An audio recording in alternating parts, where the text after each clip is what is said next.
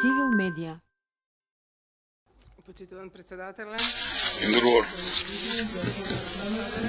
Të ralla të ndëruar ministrë, të ndëruar president përfaqësues të partive politike, vërtet më vjen mirë që sot kemi mundësi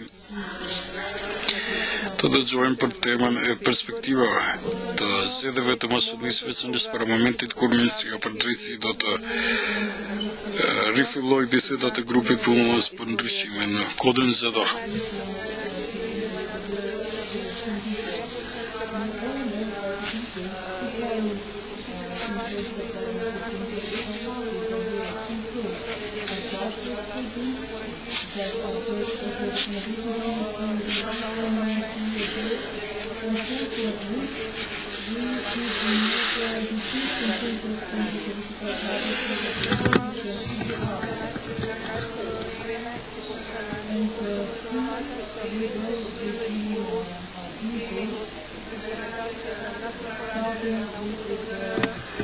Së shpejti do të fillojmë debat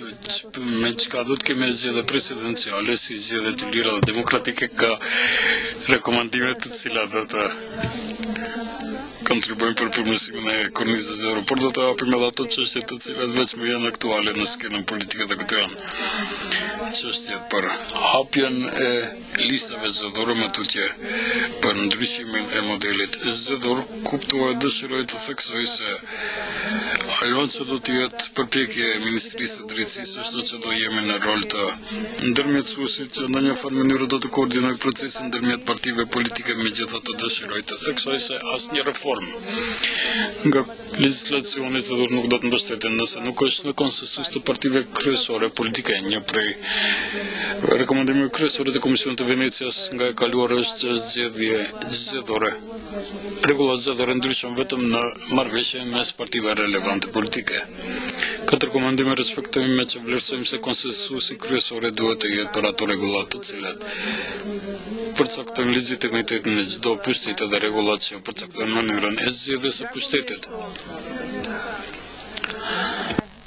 Më vjen mirë që sot fokusi i temës do të jetë modeli zgjedhor, listave zgjedhore, por kuptohet edhe çështje tjera. Çështje të cilat në një farë mënyrë flasin për një maturi të sistemit zgjedhor dhe në skenën politike. Para disa viteve këtu është biseduar për mënyrën si të parandalohet votim në familje, votim në emër të ndokujt tjetër, si të parandalohet dhe të shkohet mitmarrje në votim, si të parandalohet manipulimi me lista zgjedhore ku figurojnë persona që nuk jetojnë në ato zona, si të parandalohet votimi personave që transportoheshin në autobus të votojnë në komuna ku nuk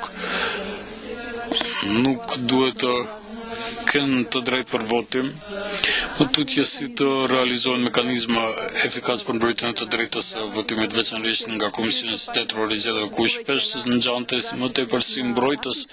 i interesave partijake të antarëve të cilët janë pjesë të atyre sesa në të drejtën zgjedhore të qytetarëve dhe të drejtën e atyre të cilët ishin kandidatë.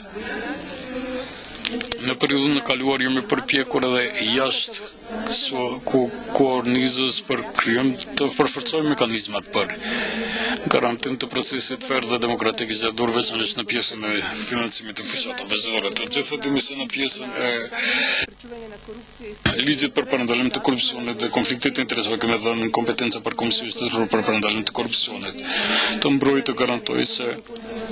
s'do të ketë keqpërdorim të mjeteve zgjedhore në fushat zgjedhore, se do të kemi financim të drejtë, respektim të rregullave për financim të fushatave zgjedhore, për shkak se të gjithë dimë që duhet të keni mundësi të barabarta për fillim pa keqpërdorime të mjeteve shtetërore apo mjeteve tjera financiare ilegale gjatë fushatave zgjedhore, ashtu që edhe këtë çështje do të hapim në kuadër të kodit zgjedhor. Çështje tjetër që është aktuale dhe për çka do të diskutojmë në suazat e grupit punues do të jetë çështja për financim të fushatës mediatike gjatë fushatës zgjedhore. E dini që në zgjedhjet e fundit është zbatuar ndryshim në kodin dhe legjislacionin zgjedhor në këtë sferë. Këto çështje kanë hapur debat në kuadër të fushave të ndryshme. Unë jam në kontakt me shokë më dhe përfaqësuesit të tyre dhe rreth përmirësimit të kësaj kornize në kuadër të kodit zgjedhor, njëjtësisht kjo çështje do të shqyrtohet edhe në punën e grupit punues. Një prej çështjeve të cilat OSBE dhe ODIHR shqyrton dhe analizon raportin e tyre është të mundësohet qasje të realizimin të drejtës së votimit për të gjithë, do të thotë do të bëhet fjalë për ripërkufizim të çështjeve të caktuara rreth votimit me dokumente valide, jo valide, kjo është theksuar në pjesën e rekomandimeve dhe kuptohet. Azhurnimi i vazhdueshëm i listës zgjedhore sa më afër ditës së zgjedhjeve, veçanërisht në raportin e OSBE ODIHR-s, bëhet fjalë për azhurnim të listës zgjedhore mes dy qarqeve zgjedhore. Do të flasim për përparësitë, rreziqet dhe sfidat që ekzistojnë për aplikimin e masave të caktuara. Qëllimi është të përgatisim legjislacion që do të zbatohet jo vetëm kur qeveria ka vullnet pozitiv të zbatojë zgjedhje ferte demokratike që e pa në zgjedhjet e fundit lokale, edhe në ato të fundit presidenciale, por duhet të mbajmë llogari se gjithmonë mund të shfaqet ndonjë dukuri deviante, ndonjë dëshirë e dikujt të ketë përdor rregullatë zgjedhore, ashtu që debati do të jetë i sinqert me dëshirën të mbrojë procesin zgjedhor, por edhe qytetarët, votuesit lirshëm dhe në mënyrë demokratike të realizojnë të drejtën e tyre demokratike. Falënderit për konferencën dhe mundësinë të komentoj sot dhe ftoj civilin edhe publikisht të kyçet në grupin punues për ndryshimet e kodit zgjedhor. Falënderit. Civil Media